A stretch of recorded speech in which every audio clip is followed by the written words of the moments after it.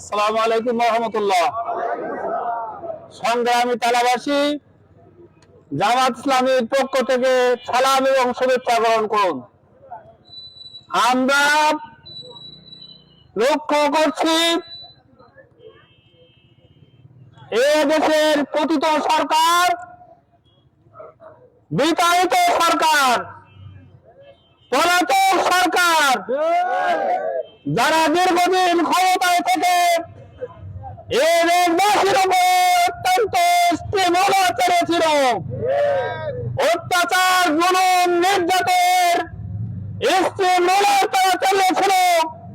জনগণ খুঁজে ওঠার পরে তারা এদের ছেড়ে পালিয়ে গেছে।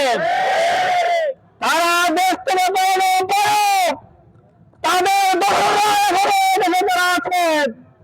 আমরা মনে করছিলাম, দেশবাসী ভেবেছিল তারা আবার ভালো হবে, তারা এই দেশবাসীকে সাথে নিয়ে, তারা এই দেশবাসীর সাথে থেকে দেশটাকে পুনর্গঠন করবে।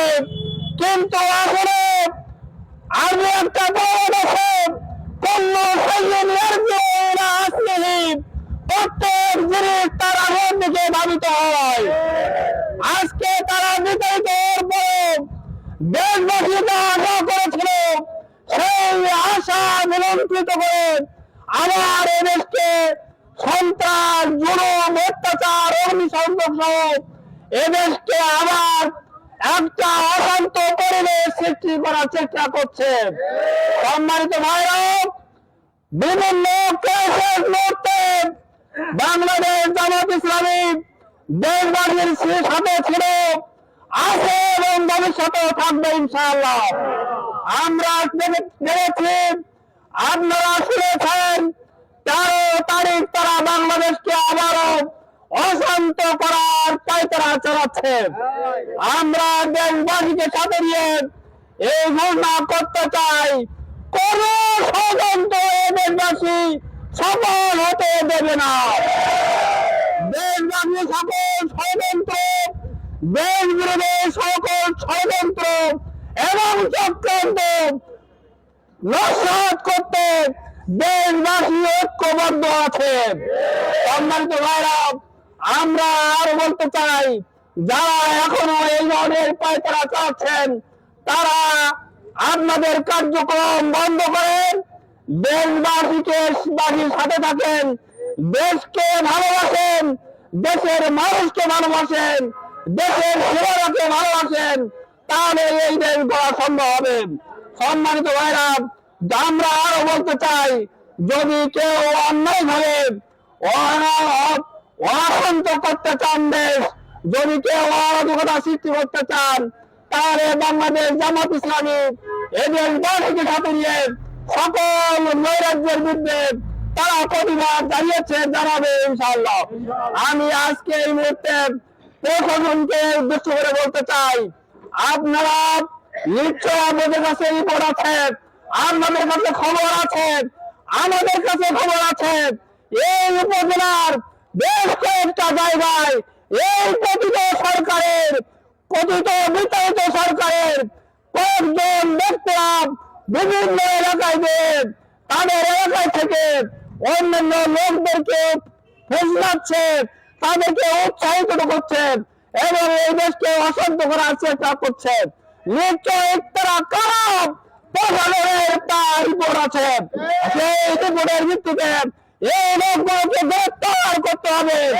যদি প্রশাসন এই ধরনের অন্যায় কাজে যারা লিপ্ত আছেন তাদের গ্রেফতার না করে, তাহলে জনগণ এই সকল ব্যক্তিকে গ্রেফতার করে আটক করে প্রশাসনকে হাতে তুলে দেবে বাধ্য হবে।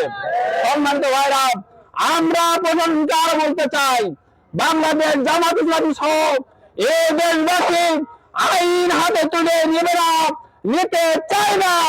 কিন্তু যদি প্রশাসন তাদের দায়িত্ব পালন করতে ব্যর্থ হয়, তাহলে জাতি তাদের নিজের স্বার্থে, নিজেদের জন্য, দেশের স্বার্থে এই ব্যবস্থা গ্রহণ করতে বাধ্য হবে।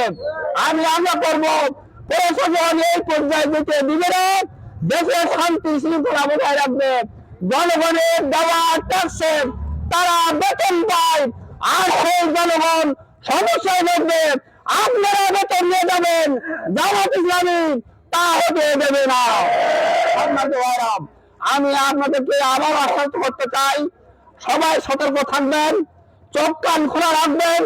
কোনো জায়গায় কারো চলাফেরা ওঠা বসা যদি সন্দেহবাদন হয়, অবশ্যই তার সাথে কথা বলতে হবে, তাকে ধরতে হবে, তার কাছে জিজ্ঞাসাবাদ করতে হবে, প্রয়োজনে তাকে প্রয়োজনের হাতে তুলে দিতে হবে।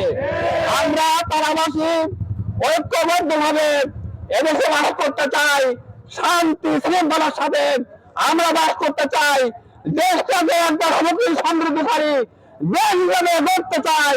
সেজন্য আমরা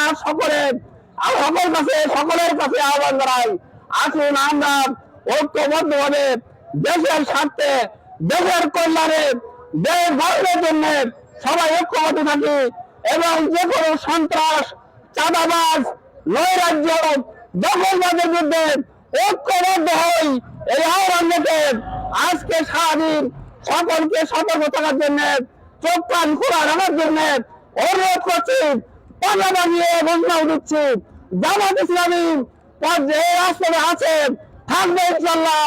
আপনাদের যে কোনো মুহূর্তে যে কোনো সমস্যায় জামাত ইসলামীকে পাবেন। আমরা এই আহ্বান ব্যক্ত করে সকলের কাছে আজকে চোখ কান খোলা রাখা, সতর্ক থাকার জন্য অনুরোধ করে আমার কথা শেষ করছি। আজকের পথসভা এবং মিছিল এখানে সমাপ্তি ঘোষণা করছি। আসসালামু আলাইকুম ওয়া রাহমাতুল্লাহ।